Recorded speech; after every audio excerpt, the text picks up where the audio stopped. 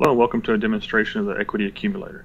Today we're going to go over a presentation that is designed to give you an understanding of the basic concepts of how the equity accumulator works and how it will benefit you. To start with, we're going to walk you through a 30-year fixed mortgage, help you to see how that mortgage is structured. We're going to be using a $200,000 mortgage with a 6% 30-year fixed rate, and the monthly payment is $11.99. What we want you to understand here is that the interest on a 30-year mortgage is paid mostly in the beginning years of the loan. In other words, as you can see here, on a 30-year mortgage in month one, $1,000 is going to interest and less than $200 is going to the principal. As you move forward on this loan, you'll see that the principal starts to move up a little bit, the interest starts to go down. But the bottom line is we want you to understand is that in a 30-year fixed mortgage, the vast majority of your monthly payment is going to the interest. If we get to year one, you notice it gets a little bit lower here. Year five, again, now we're up to $267 is going to the principal, $931 is going to interest. And this is the point that, if I sit with clients and I ask them at what point do you think the majority of your money, or a much larger amount of your money is going to principal, most of them will tell me in year five. And as you can see, that's not the case. Year 10, it gets a little better, and this is what I find amazing. If you look at this is a 30-year mortgage. We're in the 21st year now of a 30-year mortgage, and we're only halfway done. In other words, you borrowed $200,000, and after 21 years, you're only halfway done paying the loan off. If you continue to pay on this mortgage for the full 30 years, which is 360 payments, you will pay to the bank a total of $431,000. That's $231,000 in interest, or 116% of the original amount you borrowed. In other words, you borrowed $200,000, but after 30 years, you've paid back to the bank $231,000 in interest, which is 116% of the original amount borrowed. This next example here is just designed to help you to understand how impactful making prepayments to the mortgage can be. In other words, in this case here, we're going to show you where in the very first payment of the loan, we're going to come in here and we're going to make an additional $5,000 principal payment. In other words, the borrower just happens to have $5,000 sitting around, and they're going to go ahead and send that $5,000 as a principal payment only to the mortgage company as their very first payment. So their very first payment is going to include the original principal and interest payment plus an additional $5,000.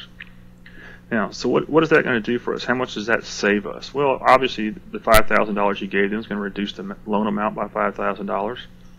The interest rate and the payment are going to stay the same because this is a fixed rate loan.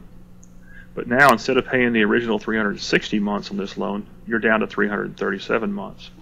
And if you look here, instead of paying the original $231,000 in interest to the lender, you're only going to pay them $203,000 in interest, which gives you a gross savings of $28,000. In other words, you sent the lender $5,000, you just saved $28,000. Now, just in case you want to net out the $5,000 you gave to the lender, you're still going to have a net savings, a total savings of $23,000. So in this particular case, you sent $5,000, you saved $23,000. So let's see the components of the program. In other words, what makes it work? What do I need and how do I make this work? First off, you need installment or revolving debt. In other words, you have to have some sort of debt you're paying off. It doesn't have to be only a mortgage. It can be a mortgage, credit cards, car loans, student loans, whatever it is, as long as you have some type of debt you're going to pay off. You need a home equity line of credit. This is an open-ended loan. An open-ended loan is, in other words, the bank will allow you to make multiple deposits each month and adjust the principal balance each time you make a deposit. An open-ended loan is very similar to a credit card. In other words, you can deposit money into the line, you pay it down, and then you can draw the money back out. And you can do that as many times as you want per month, and the bank will adjust the interest each time you do that. And then you need the equity accumulator software, which is where we come in and we'll provide you with the software. What makes it work? In other words, what's the functionality? How do we use this home equity line of credit, and why do we need it? Well, first off, the home equity line of credit is going to become your primary checking account. You're going to deposit as much of your income as you can into the home equity line of credit, and you're going to pay all your bills out of the home equity line of credit. Let's go through here. We're going to walk you through an example family, just an example, so you can kind of see how this program works and how it might work for you moving forward. This particular family has $5,000 a monthly income. They have $4,000 a month in expenses. In other words, that includes their mortgage, their car, their entertainment, everything they do for the month costs them $4,000. So they have $1,000 a month in discretionary income. We're going to start off here on this slide here, and what you're seeing here is we're walking right into the home equity line of credit. And in this particular, we're right here in month one. This particular client happens to have a balance of $3,500 on that line of credit. The $3,500 could have come, maybe the bank charged them some closing costs or line of credit. Maybe they paid off a credit card up front, something like that. Bottom line is they're starting off with a small balance of $3,500. First thing you're going to do is you're going to add your expenses. In other words, you need to pay the $4,000 in expenses for the month. That takes your balance to $7,500. And then here comes your income. Now you deposit your income, so that immediately reduces the balance to $2,500. When you do that, instead of paying interest on the $7,500, you're going to pay interest for the month on $2,500. So your interest cost for the month, $20.83. Moving on to month 2, we're going to carry over the $2,500. So we're now going to have add our $4,000 in expenses, which is going to take our balance to $6,500. Again, we deposit our income. That reduces the balance down to $1,500.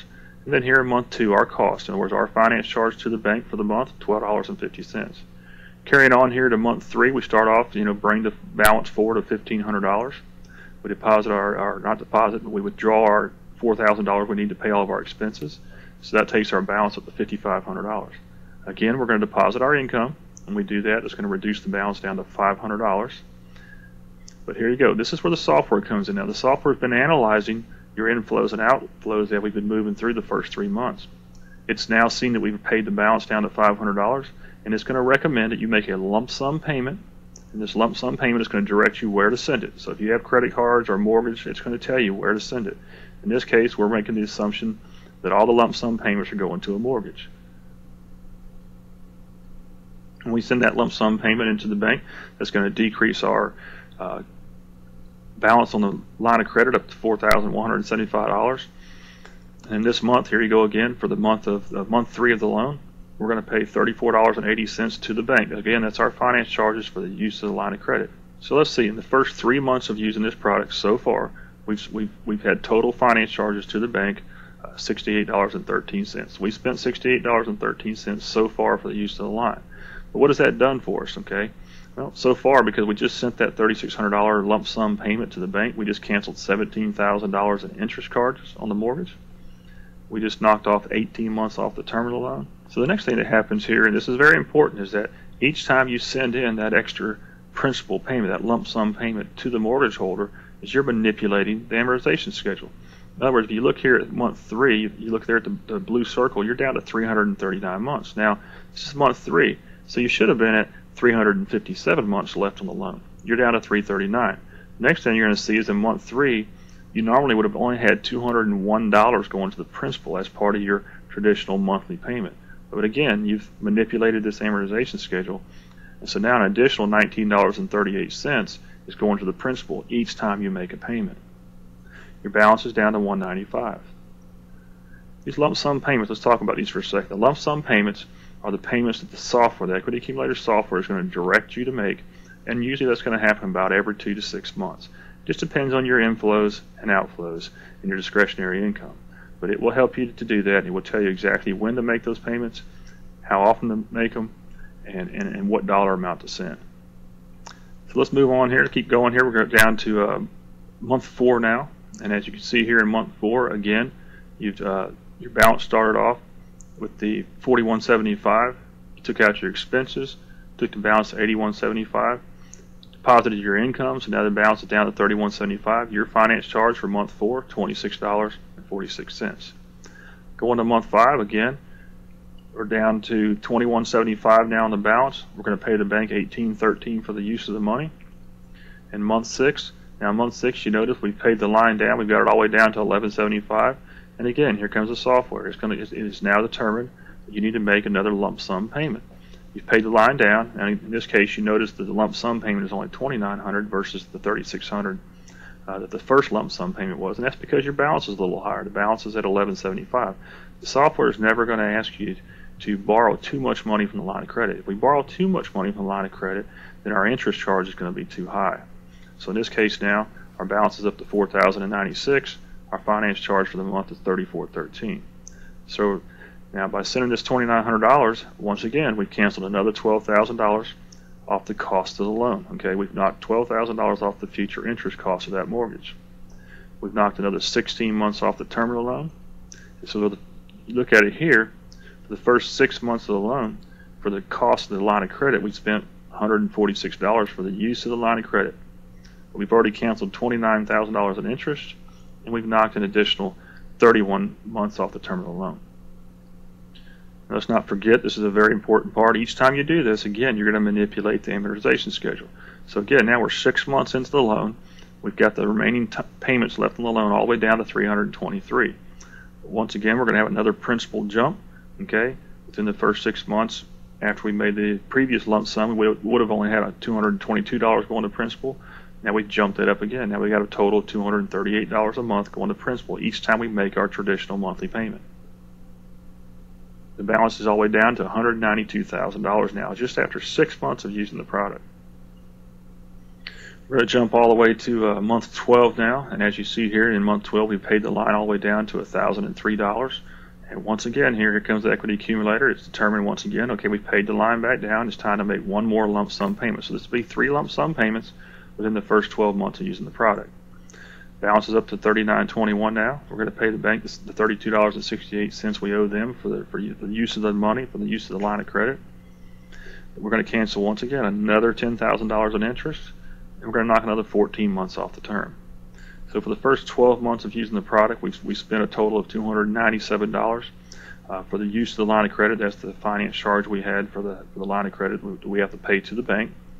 Look at this. We've canceled $50,000 in interest, and we've knocked 53 months off the term of the loan. We look at the amortization schedule now. We're all the way down. We only have 295 remaining payments left on the loan. And look at the principal jump. We're all the way up to $275 of our traditional monthly payment. That monthly payment we're going to still continue to make each month, but now $275 going to the principal. Balance now all the way down to $184,000. So let's look at this, and let's go back to the original amortization schedule and see where we're at. If you look there at year one, we would have only, if we were paying our normal monthly payment, we would have only had $210 going to the principal each month. That now is all the way up to $275. So now we've increased that. So as we're making our traditional monthly payment, more and more of it's going to principal, and that's pretty significant. You think about it, we went from $210 where it would have been if we were following the payment schedule the bank wanted us to follow, and we've jumped that all the way up to $275. Side-by-side comparison of the equity accumulator program and the conventional program. Just looking at where we're at now. We're 1 year into this. The balance on the equity accumulator is down to $184,000. The balance on the conventional loan, it would have taken us 5 years to get to the $184,000. At the 1 year mark, we would have still owed $197,000 on this mortgage.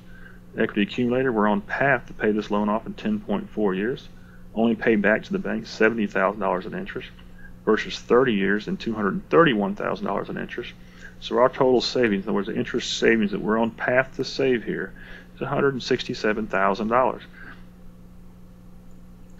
Now, if you've been to one of our seminars or you're speaking to one of our agents that might have provided you this information, the $167,000, that's what we call a wealth transfer or an unintentional wealth transfer. This is money that you're transferring, wealth of yours, you're transferring to the lender. So if we can show you how to recapture some of that $167,000 and build that back into your retirement plan, we believe that it will benefit you greatly. So let's look at the money path, and let's just kind of look and see the mechanics of this product and what makes it work. What habits are you going to have to change?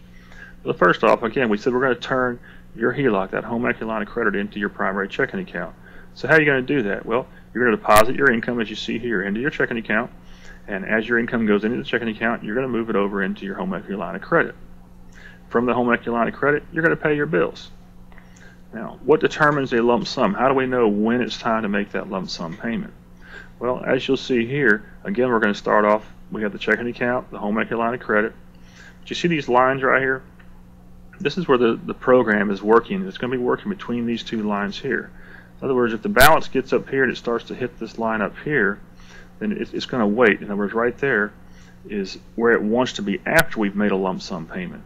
If you get down to the bottom line is where it's going to be asking you to make a lump sum payment. So in other words, if we get above this line, then we're borrowing too much money and it's going to cost us too much interest to use it.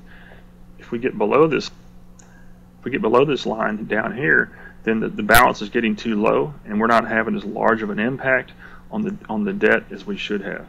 So what's going to happen is each month as income comes in, you're going to move it over to the line of credit. That's going to help pay the line of credit down. As you notice here, it didn't get paid down quite enough. It didn't get down to that level where it's time to make a funds transfer. So you have some more income come in, push the income over to the line of credit, and now you see now we're down to that optimal lump sum level. Okay, so now the program is going to come up and say, oh, time to make that lump sum payment. It's going to direct you to do that. It's going to tell you exactly how much to pay and to which debt you should send it to. In this case here, you notice we have a few debts listed. And in this particular case, it's going to come down, it's going to pick out the motorcycle and say, you should send the money to the motorcycle. Now the program will always give you a suggested, what we call a debt roll down. The program, when you enter in your different liabilities into the software, it will put them in an order that it feels optimal for you paying them off. Now, just for those of you who do not have a home equity line of credit, if you want to use the product using a savings account or a savings line, you can do that. Now, I will tell you, it's not as optimal as using a home equity line of credit. It will not work as well, but it will work. So if you're really serious about getting rid of your debt and paying down your mortgage or other debts, if you have some discipline, you can use this with a savings line. What you're going to see here is a very similar process. Is you're going to put your money into your checking account. You're going to move that over into your savings line or your savings account. And then you're going to pay your bills when they come due. Of course, the bills will come out of the checking account because you can't pay them from the savings line. And then the same thing, how does it know when you need lump sum payments? Well, you're depositing that money from your checking account. Okay, you have a high reserve line. What the reserve line is how much money do you need to keep in your checking account at all times. And then you're going to move money over into your savings line. Now, the good thing about moving it into the savings account, if you move it over in there and let it sit there, it's going to start to accumulate interest. Hopefully, the savings account you have has a greater rate of return as far as the interest the bank's paying you than your checking account. Same thing, you keep depositing the money into your checking account, moving that over into the savings account, and as that money builds up, and what's happening is you're going to deposit your money into the savings account and leave it there until you have to pay your bills. When you need to pay your bills, you're going to pay them. But the money that's left over, your discretionary income that's left over, is going to start to build up in that savings account. And once it builds up to a particular level, as you see here, is when the program is going to have you make that lump sum payment. Once again, the program is going to direct you which debt to pay off and in what order to pay them off. And so you can see, using a home equity line of credit will work more efficiently, and the reason is because the home equity line of credit, you can leverage it, you can borrow from the home equity line of credit and use your income to cancel out the most of the interest charges, which is what we demonstrated previously. But if you're really serious and you have some discipline and you want to get rid of them, this product will work here, and it will help you just using a checking account and a savings account. That concludes our demonstration here. I hope this has helped you to better understand and get a more thorough view of how the equity accumulator works. If you have any questions, please just go back to the client or individual who provides you with this video and this information and ask any questions you might have of them. They should be able to demonstrate and help you with a free analysis of your particular situation and help you to see how the equity accumulator will work for you. Thank you very much.